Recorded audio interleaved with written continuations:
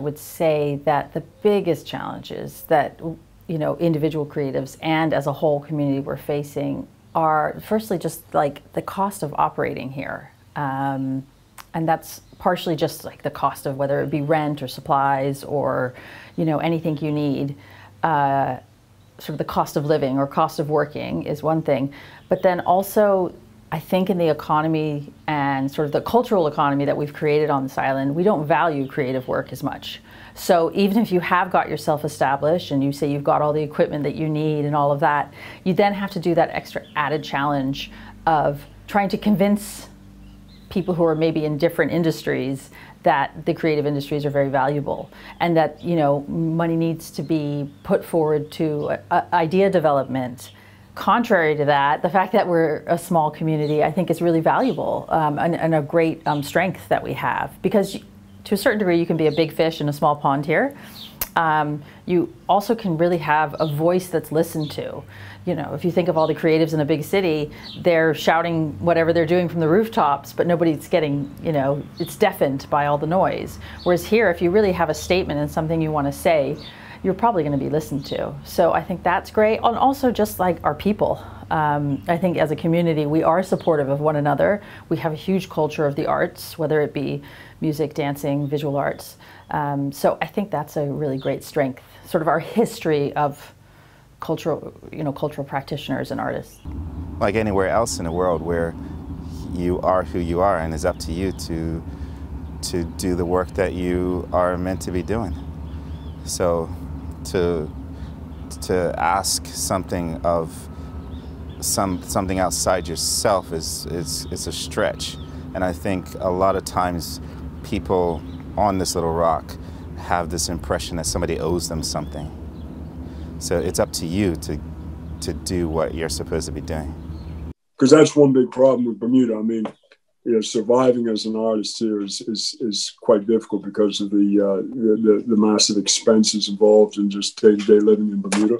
Yeah. So somewhere like that where people could go get away, you know, if they don't have the opportunity to paint actually at home, they could go to a designated space, and they can also feed off other artists and get other, you know, get inspired and but kind of bounce ideas off one another, you know, like so many artists have done worldwide. And there's also here, as far as opportunities go, you have the tourist market and you have quite a knowledgeable local base of art buyers.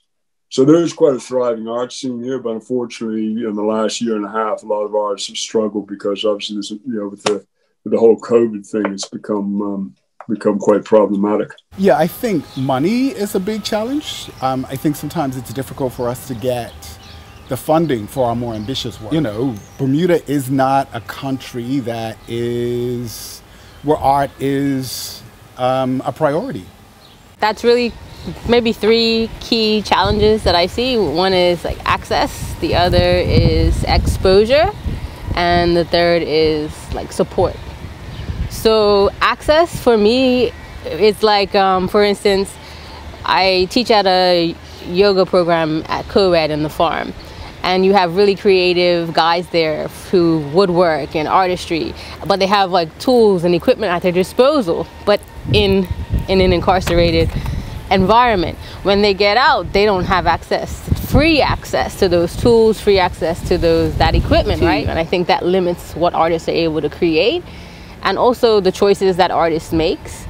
So that's just access. And then exposure, I think, like for instance, NPR, right? That's one of the biggest websites or YouTube channels that's going. It's National Public Radio. That's a private and publicly funded institution, right? And how many years has it been around? So you've got sustainable, funded national programming that's generation after generation of people are familiar with, that grows and gets better with each generation. So that's another thing. That's, what did I say that was? That's exposure, right? And so then the last one is support. And I think that more comes from within our culture, so to speak, like this culture of what we tell our children their futures could be, this future of viable in terms of a job after college or university, right? So the support of not just government or other agencies or funding opportunities, but financial support of parents, of our leaders. I see the greatest challenges for Bermuda's creatives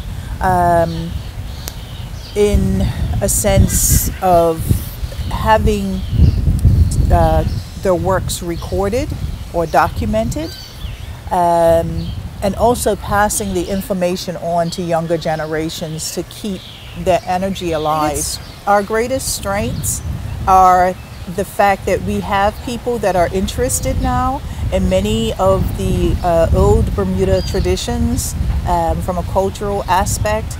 They're looking to pass those traditions on to their children or perhaps grandchildren to keep the interest alive. I believe our weaknesses are our strengths.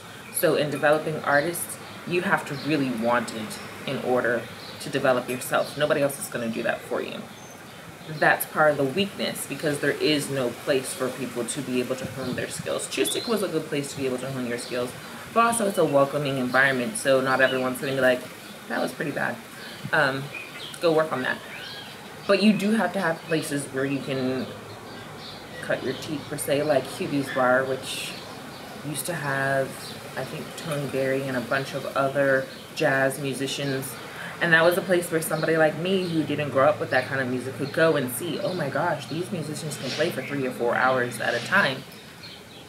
Those places were our strengths. We no longer have them, so I consider that to be our weakness. I think our greatest challenge is a lack of cultural esteem. I'm not necessarily sure how you imbued in people to see themselves, but making that kind of effort is important to me. Getting people to turn their lens inward and see themselves and see each other in order to have greater discourse around who we actually are. I think our greatest strength as a people, or just a creative and artistic community, is the fact that it's not hard to get in touch with anybody. It's not hard to collaborate with anyone. You just have to want to. And that's pretty easy, coming from an artist that collaborates all the time. Greatest challenges for our artists here in Bermuda is to have a sustained living doing exactly what we're called to do in terms of our talent, or what we prefer doing. So we find ourselves having to supplement our income by doing other things. The strengths of our community are our resilience, our ability to twist and turn on a dime. I think Bermudians have always been able to find a way of making music work. So funding is important. The creation of programs that once started are continued. I think that's probably a challenge, in that we will start something and we don't finish it. And to have a cadre of young people who are coming along to feel that there's a value in creating educational experiences and such, and realize that it's not just in the area of the academia, it's at the grassroots level.